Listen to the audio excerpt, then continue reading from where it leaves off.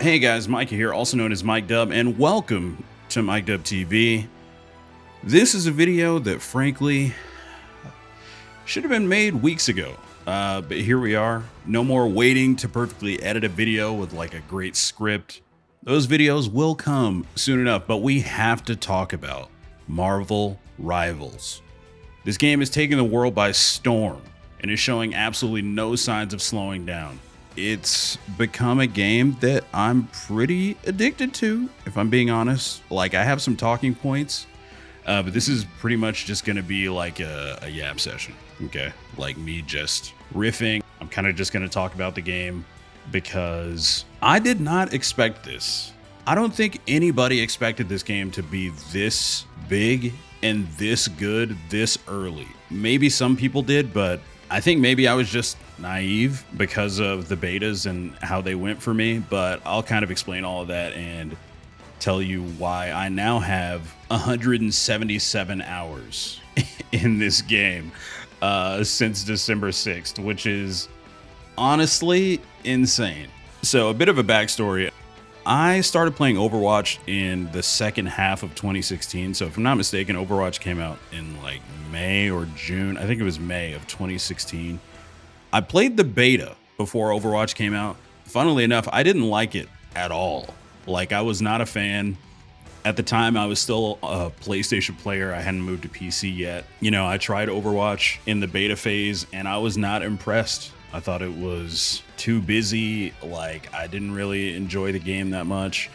So I ended up not buying it. So fast forward like a few months later, a lot of my friends had the game and I ended up buying FIFA that year. Yeah, crazily enough. After a few year-long hiatus with FIFA, I bought the game, but all of my friends are playing Overwatch, and I was like, okay, let me go ahead and take this game back. So I ended up buying Overwatch, and I fell in love with the game. I mean, I absolutely fell in love with the game. The cinematics, the characters, the way the game played. I don't know what changed. Maybe it's because like I was playing with friends, but like I was playing with friends in the beta as well, so I don't know why I didn't like it back then. But anyway, long story short, I played the game for 8 years. Obviously, this past year is 2024. Game came out in 2016. But for the last few years, I've taken multiple hiatuses from the game. There have been a lot of times in Overwatch's history where I got pissed off at the game, got pissed off with development, and I just like stopped playing the game for long spans of time. And it just really frustrated me a lot at times. With that being said, I absolutely loved Overwatch, and I still do, and it's been my favorite shooter of all time. Like, when I was growing up, I was never any good at shooters.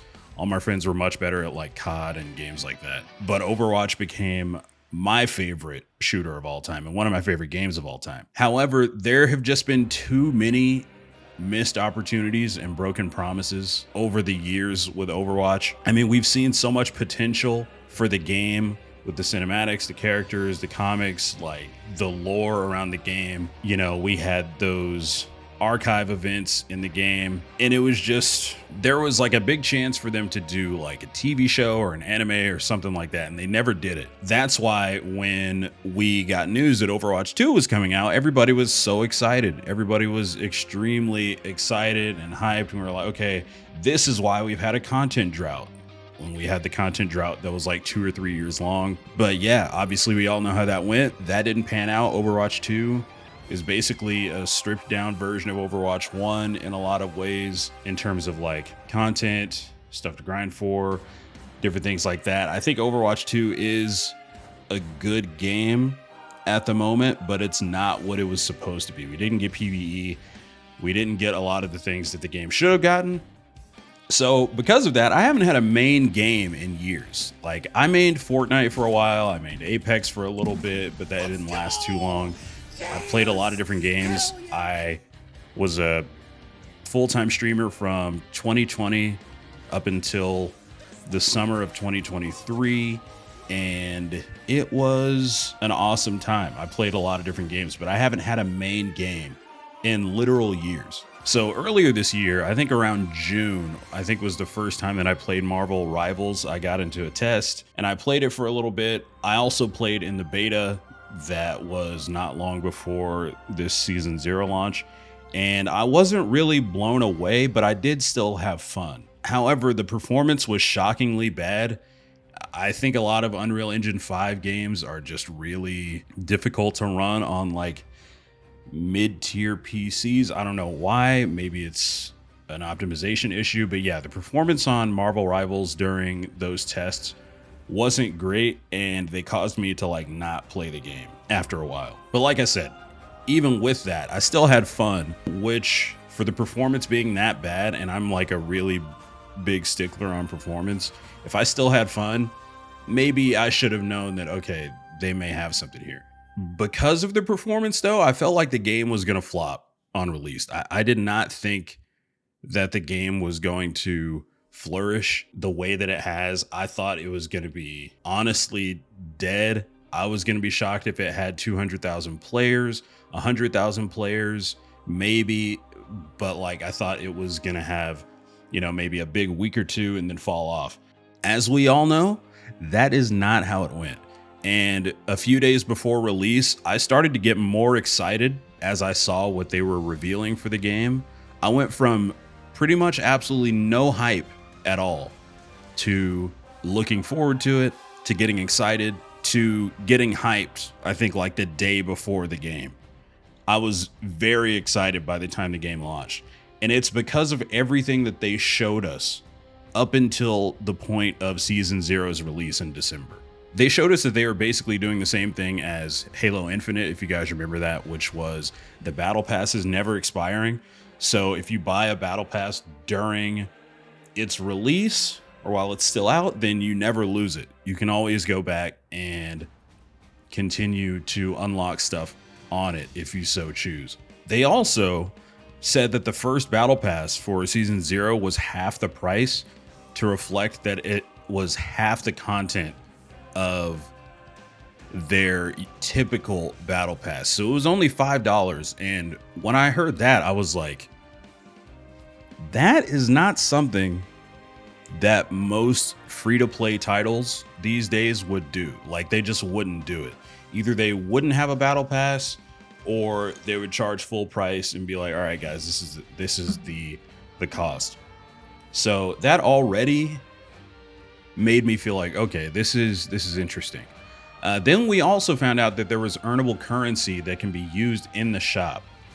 And that is something that I wanted in Overwatch for the longest time, for Overwatch 2, because all of the earnable currency in Overwatch 2, besides the stuff that you can get in the battle pass now, which is premium currency, all the other stuff is just currency that you can use in the hero gallery for skins that were already in the game. You can't use it for new skins. However, Overwatch has changed a little bit and they've done better. So you can, I think, earn 600 or 700 premium currency in the battle pass, but even still, like, it's not like this game.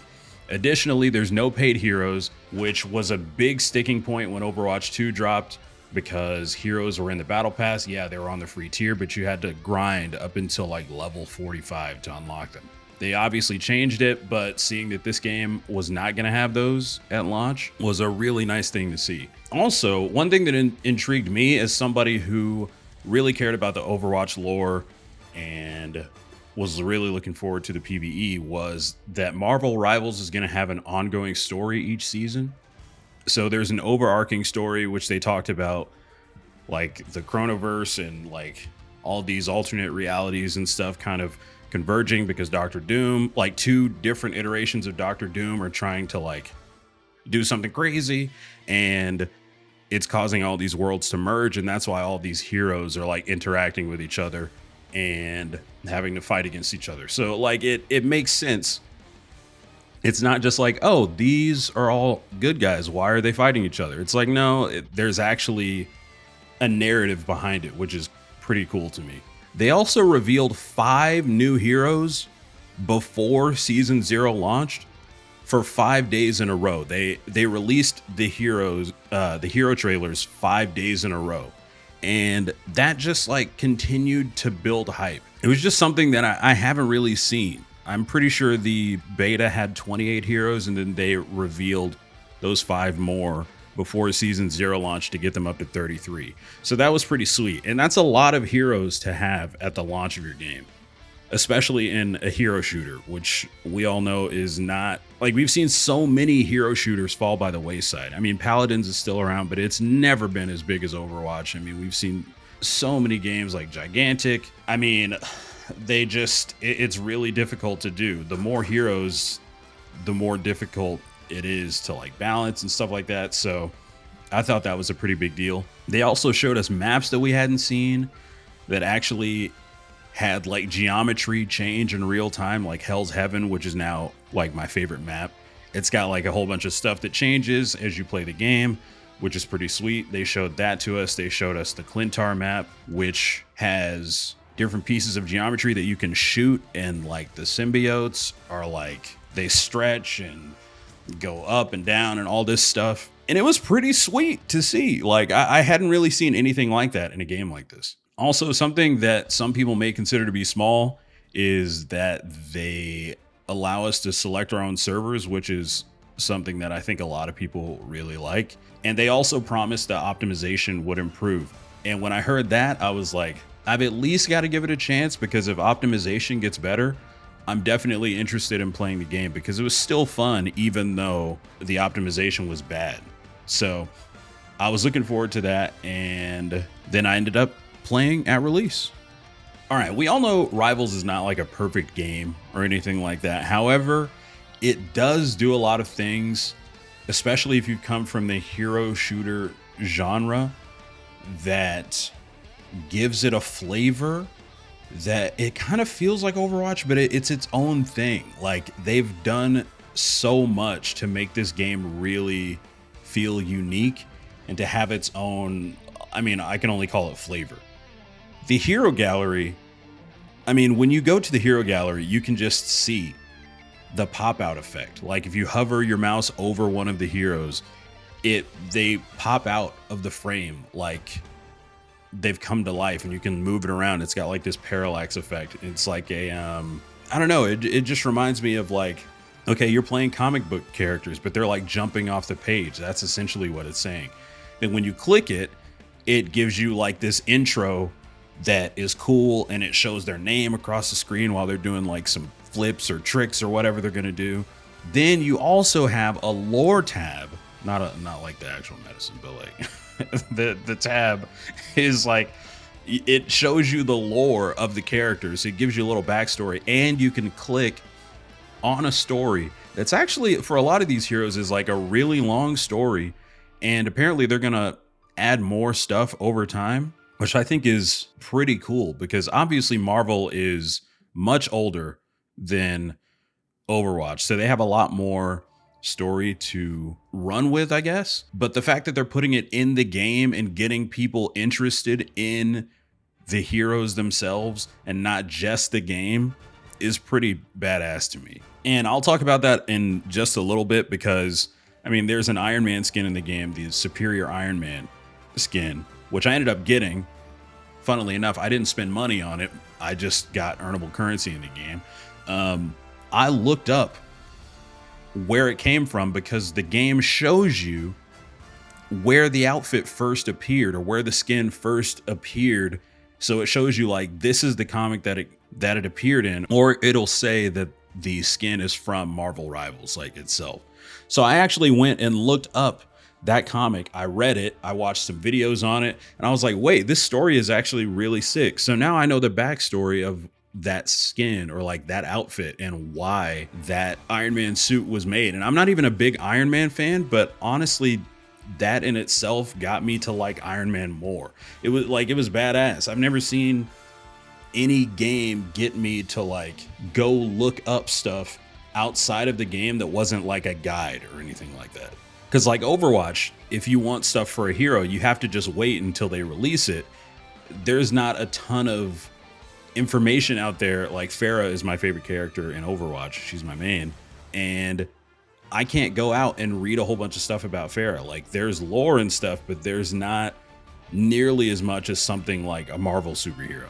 And then also you have the abilities, and it shows you a video of your abilities so that there's no confusion. You see the videos, and it's like, okay, this is exactly what this character does. I don't have to go in the training range to see this. I can watch a video and then decide, okay, is that something that I want to try? And then you've also got proficiencies, which is like a character progression system, and you can get all the way up to Lord level of your hero, and it gives you like this cool portrait, and it's just like, it's sick. So when you get into a game and you have a Lord portrait, people know, okay, this person has put a ton of hours into this character, and they're probably much better at it than I am. Maybe not, but like, it's kind of like a respect thing. And I didn't expect that at all. When you see somebody with a Lord portrait, you're like, oh, okay, maybe I should let them play this hero instead.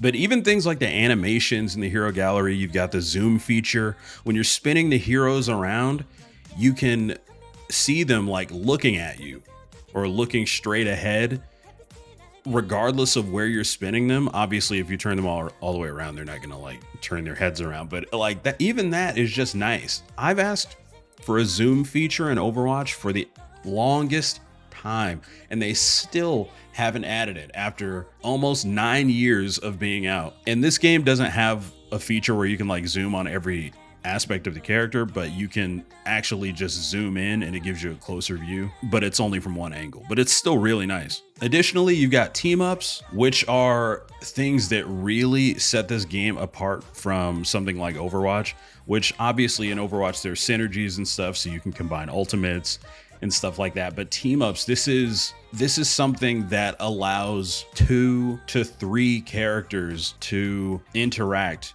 and give heroes other abilities or passives that they can use in the game. Once you click on them, it gives you a backstory and a video showcase, just like the other abilities in the hero gallery. And it shows you, okay, this is what this does, and this is why these characters have team ups.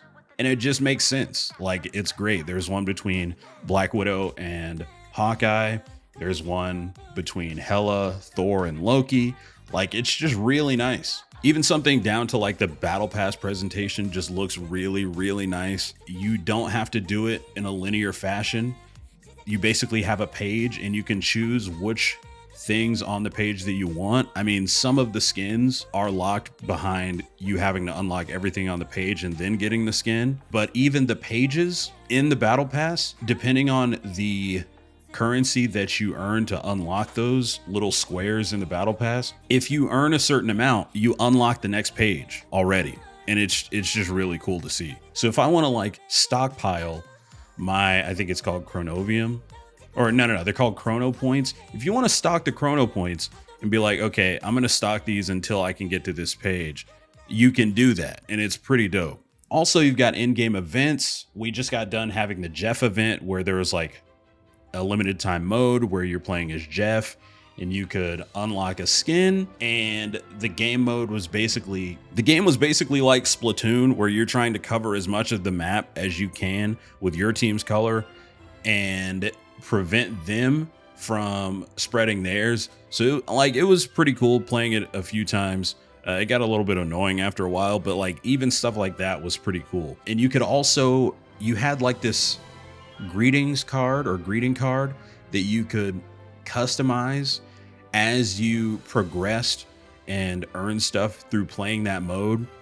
So by the end of that event, you have like this little greeting card with Jeff on it, and everybody's is going to be like unique. You had different things that you can unlock for each one, and it was pretty sweet. Now we have this current event, which just came out with the new season 1, with Mr. Fantastic and the Invisible Woman. And it's like a newspaper. There's stuff happening in New York, and you're trying to, take down Dracula and all his minions and stuff like that. And it is just really nice. They even have like this really nice Thor skin that is more of the classic skin that people know of Thor, and you can unlock it for free. They just really seem to respect players' time, and they give people a reason to play whether they're spending money or not. Now, if you are spending money, the store layout, it entices you to spend money, if I'm being honest. I mean, the skin presentations just look really good. When you click on something from the Marvel Cinematic Universe, or if you click on a golden level skin, I guess is legendary, when you click it, it gives you this sweet cutscene that's like presenting the skin to you for the first time. And then you're like, oh, I'm assuming that's like the MVP intro, right? And you're like, you click the MVP intro and it's completely different. So they went above and beyond what they had to animate, and they were like, okay, we're gonna like go all out for this stuff. And it just really feels like, okay, these guys actually care about this shit. Like, this is pretty damn good, and you just love to see it, man. Additionally, like with the seasons, you have collectible comic slides from each season that also have stories that tell the narrative of that season. So in season 0, we had these slides that you unlock just by doing missions, or that's their challenges. You get it by doing missions. As you go, it puts them all into a comic book, and you get these slides that you can blow up to full screen. You can zoom in, look at the art, and also you can flip them over and it shows you a story, and that story pertains to that specific season. And it's just dope, man. Like I said, this game actually got me to read Marvel comics for the first time since I was a kid. They have just, they got me, man. Like, they hooked me. This game has so much sauce, like it doesn't make any sense whatsoever. And this is just the stuff that's like flashy. In terms of system and back-end stuff, they have in-game tournaments, dude. Like, the rank system itself is actually pretty fun, unless you're solo queuing and then you kind of want to rip your hair out. But I mean, even I've been able to rank up to plat through, I think I played like 125 games of comp in this past season, got up to plat 3, but you have in-game tournaments as well. So it's not just comp. However, to qualify for in-game tournaments, you have to be able to rank up to a certain point in ranked. But you join these tournaments with factions, which is basically their clan system, which is something that people asked in Overwatch for years, and it's still not in the game. They even kind of teased it before Overwatch 2 came out, and it's just not in the game still. 8 years deep. This game had a pro league. They had Overwatch League, and they still don't have clans or in-game tournaments in the game. It makes no sense to me. Marvel Rivals came out day 1 and they had in-game tournaments. I mean, obviously the tournament didn't start day 1, but it was like, hey, hit this rank, make a faction, your team can be in this tournament. It's for real money and in-game rewards. That is something that players want. Like, those sorts of things keep people invested in a game.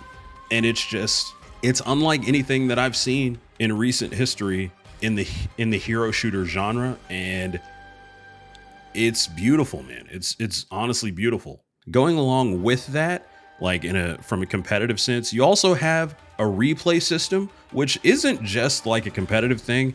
There are so many reasons why your game should have a replay system, and Overwatch does have that, but I think Marvel Rivals took it to an even higher degree with how they've done everything. They're shareable, they're savable, and you can see your last 50 matches. I think Overwatch is like your last 10 or 15. Marvel Rivals said, hold on, we'll let you see your last 50 matches in your match history and give you replays for every single one, and give you so many options when you're watching that replay that like you won't even know what to do. It's beautiful, man. Like, the replay system is actually so nice. You know, in Overwatch, when you save a replay, when there's a patch, the replay goes away, right? I thought that was going to be the same case in this game for the replays that I had saved. And I think even the game said that those replays could be lost when an update happens. Well, the update just happened yesterday for season 1. And I have like 7 replays that I saved from season 0, and they're still there. They're still in the game. And that in itself is just like, you guys didn't have to do this. Like, we didn't expect you to have all this stuff. You didn't have to do this, but you did it, and it works. And I haven't encountered like any bugs with the spectating system either, which is pretty much just like the replay system, but I can spectate a friend or I can spectate somebody else, because one thing about the replay system, they don't even have to be your friend. You can go on the leaderboards and see the best players in the world. You can right click on their profile, click spectate, click view career, and it shows you their match history. And you can go and watch replays of their matches. That's such a huge feature for people that want to get better at the game. I mean, obviously, a lot of people are going to play this game just for fun and have no aspirations as far as like ranked or tournaments or anything like that. But for the people who actually want to get better at the game, which, let's be honest, in this day and age, people are very competitive and they want to get better. And that's such a nice resource to have, that you can go in and watch like a top 500 player and see what they do and see how you can apply that stuff to your own games. Like, it's such a nice feature to have. Also, it's just nice, like if you have a good game and you want to save it, you're like, dude, okay, I can save this game, then I can go back and record it later. It's just so nice. Now, as far as the spectating system, you can even rewind the current game that you're watching live. I was spectating a friend of mine, the VGC, or Nemo, a few minutes ago, and you guys will probably see it on the screen now, where he's playing a ranked match.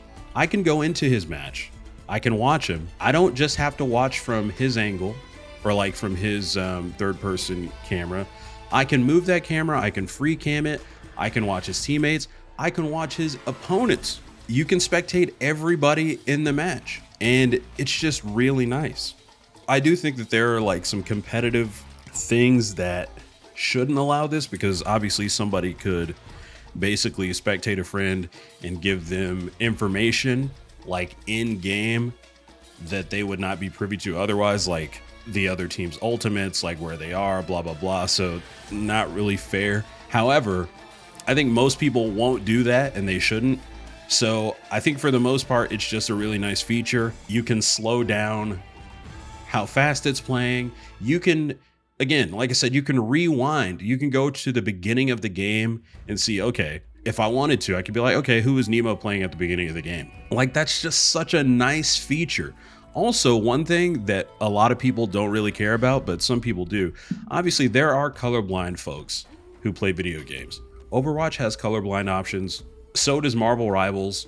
However, if I want to change team colors for those to set, I have to restart my match. Or like if I'm in the training range and I want the bot's outline to be yellow instead of red, I have to quit out of it and then go back in. In this game, I can literally just change it on the fly and it changes instantly. Like it's just so nice, man.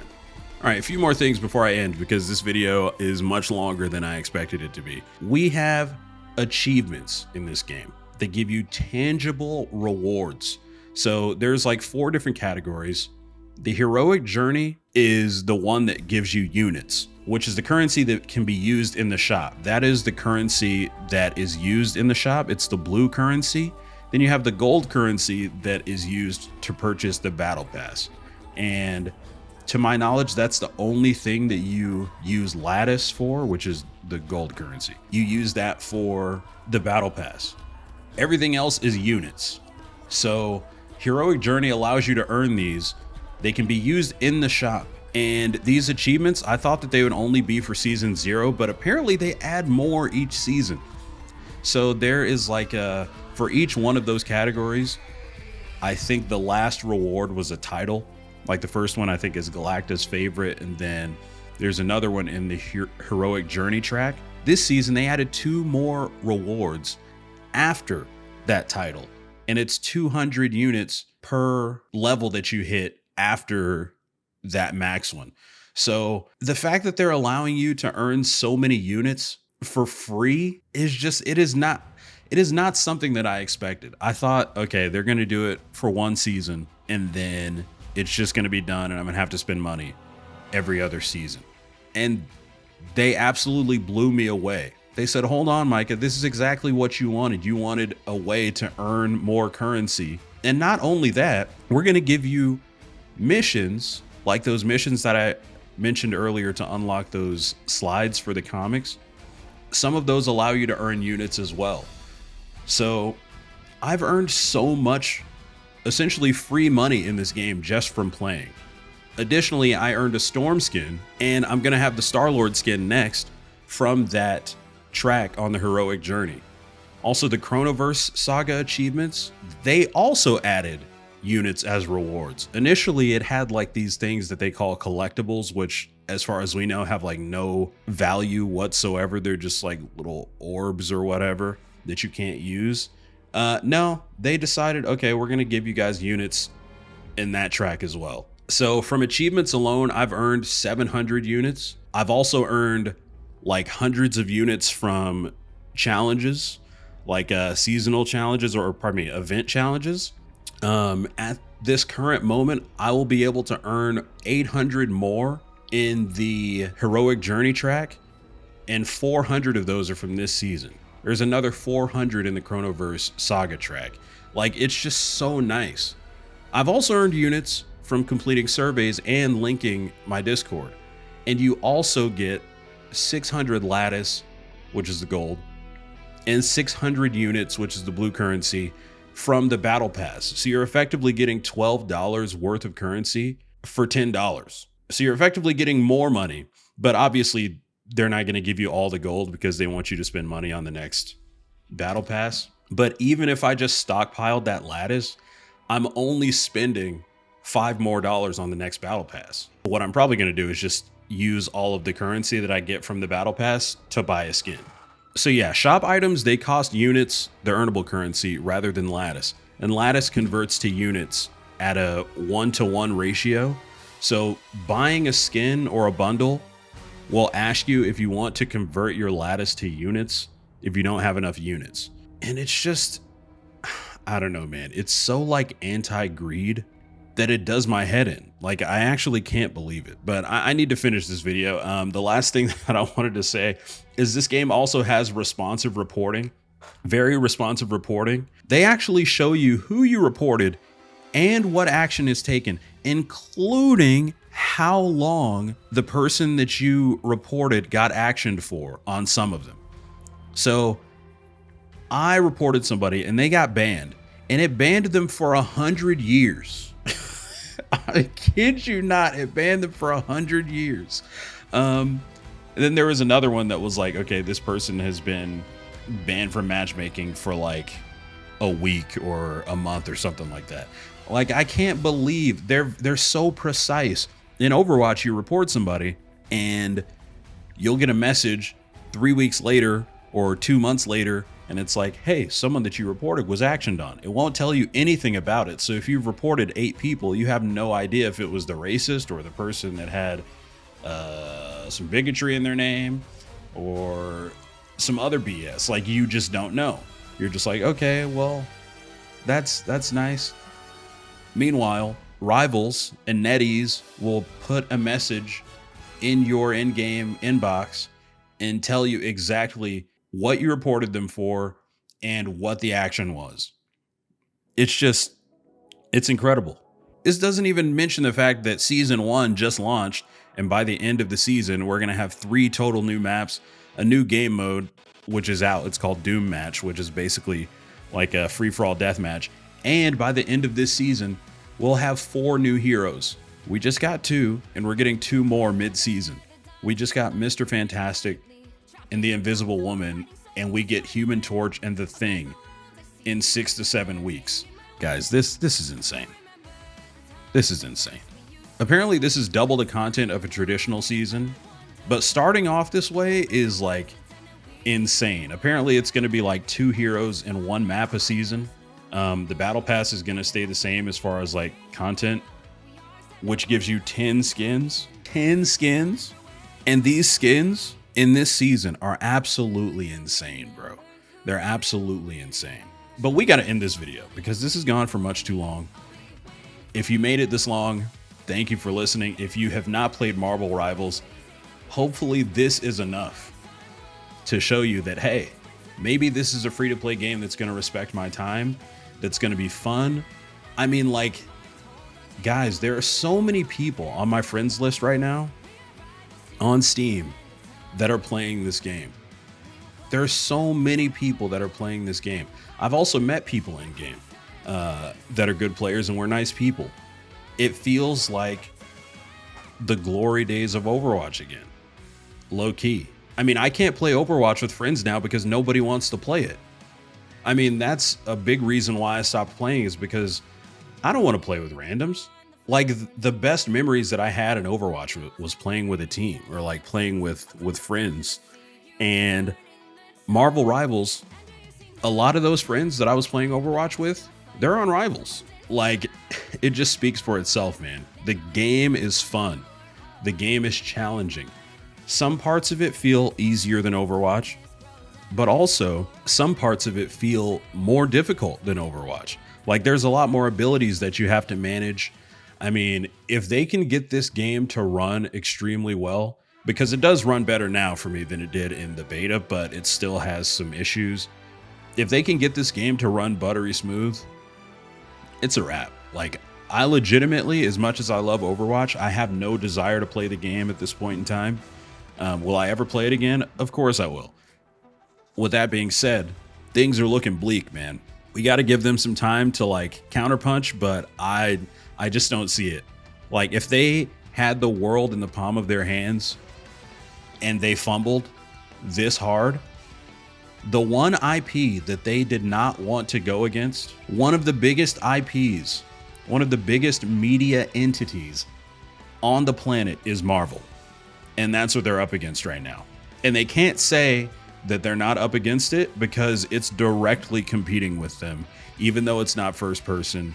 They may say that, you know, Overwatch, we're going to make it the best first person, you know, PvP hero shooter possible. But like, yeah, it can be that, man. But like the community has had enough. They've truly had enough. And Marvel Rivals just feels fun, man. Like I can play quick play and enjoy myself. I don't feel like, oh, maybe I should just be playing ranked instead. It's like, no, and ranked actually gives you rewards. Like I got a Moon Knight skin for hitting gold last season. That's nice. That's something tangible that I can use. It's not a title on my player card that we get in Overwatch for hitting a certain rank, you know? Like it just, they've taken everything that I've loved about Overwatch and they put it in their game and made it better. I mean, hell, I wouldn't be surprised if we got a show. I mean, they already have a comic to accompany the game. It's just crazy. This game has so much potential. I'm glad to be playing. Like I said, I have almost 180 hours, dude. Deadlock took over my life for about a month and a half near the end of 2024, around like August, September. And looking at it right now, I haven't played Deadlock since November 7th. I have 144 hours in that game. Rivals has been out for a month, and I have almost 180 hours. I'm so happy, dude. We're going to be making more content about this game. Hopefully you guys stick around. If you like the video, don't forget to sub, like the video, share it around. Your boy MicDub is finally back. Ladies and gentlemen, don't forget to follow me on Twitter, Instagram, sub to the YouTube channel. Again, like I said, I'm also on Blue Sky and Threads as MicDubTV. And that's going to do it for me. As I always say, my name is Micah. You can call me MicDub. I'll see you guys next time. Peace.